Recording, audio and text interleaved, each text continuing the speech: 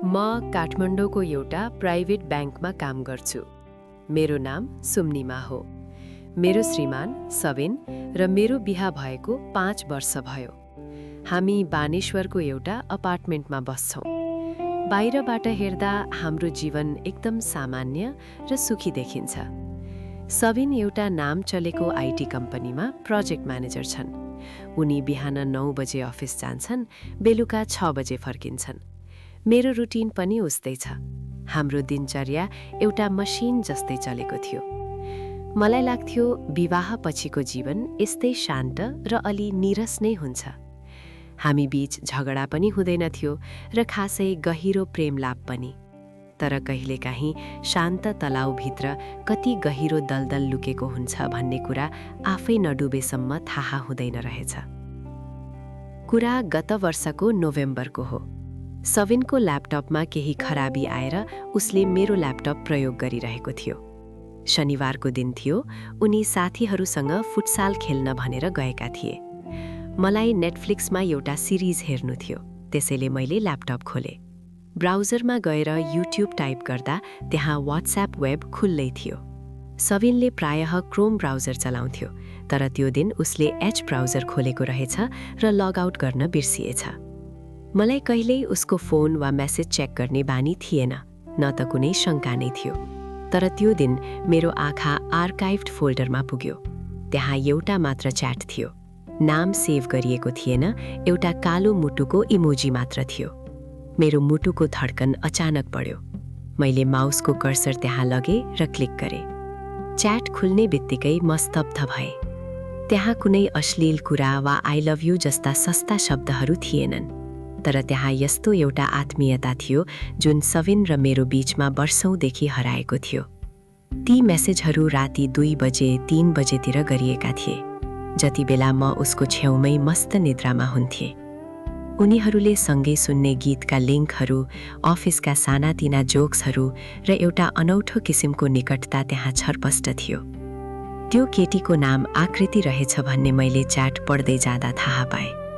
पहिलो दिन मैले त्यो च्याट पढेर चुपचाप बन्द गरिदिएँ। सबिन घर फर्किँदा मलाई एकदमै रिस उठ्नुपर्ने हो, म रुनुपर्ने हो, मैले घरमा तमासा गर्नुपर्ने हो, तर मलाई त्यस्तो केही भएन।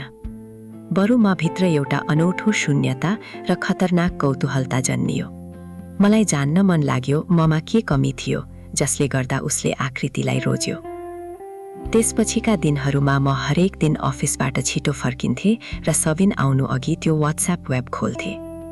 उनीहरूका कुराहरू बिस्तारै गहिरिँदै गएका थिए। मैले आकृतिको इन्स्टाग्राम आइडी पनि पत्ता लगाएँ। उनी भर्खरै मास्टर्स पढ्दै गरेकी एकदमै स्वतन्त्र, सुन्दर र हँसिली केटी रहेछिन्।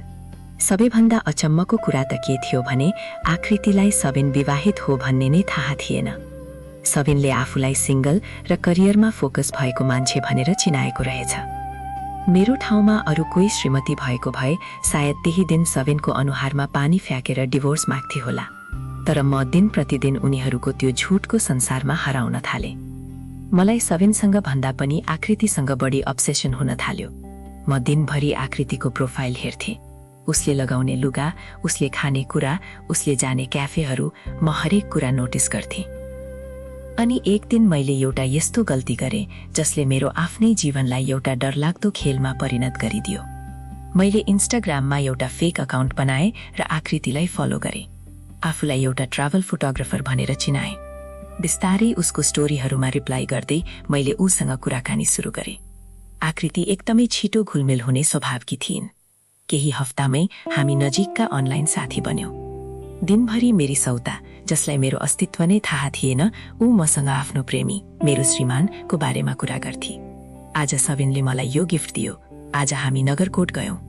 म भित्रभित्रै जल्दै तर बाहिर मुस्कुराउने इमोजी पठाउँदै उसको हरेक कुरा सुन्थे। मेरो पागलपन यतिसम्म बढ्यो कि मैले उसलाई सबिनसँग अझै डिमान्डिङ हुन उक्साउन थालेँ। तिमीले उसलाई कमिटमेन्ट माग्नुपर्छ।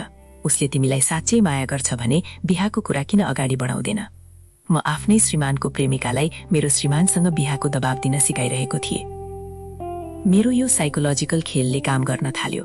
सबिन घरमा एकदमै तनावमा देखिन थाल्यो। ऊ रातभरि कोल्टे फिर्थ्यो, फोन हेर्दै लामो सास तान्थ्यो। मलाई उसको त्यो छटपटी देखेर एउटा अनौठो सन्तुष्टि मिल्थ्यो। मलाई लाग्यो मैले खेल जितिरहेको छु। हाम्रो बिहाको 5औं एनिभर्सरी आउन 1 हप्ता मात्र बाँकी थियो। एक दिन सबिन बाथरुम गएको बेला मैले उसको दराजमा एउटा सानो वेलभेटको बक्स देखेँ।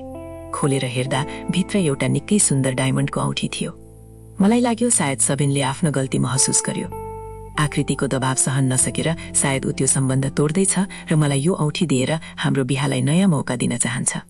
मेरो मनमा महिनौपछि अलिकति भए पनि आशा र खुसी पलायो। मैले त्यो औँठी चुपचाप त्यहीँ राखिदिएँ। भोलिपल्ट अफिसमा खाजा खाँदै गर्दा मेरो फोनमा इन्स्टाग्रामको नोटिफिकेसन बज्यो। आकृतिको मेसेज थियो। मैले हतार हतार खोलेँ। त्यहाँ एउटा फोटो थियो।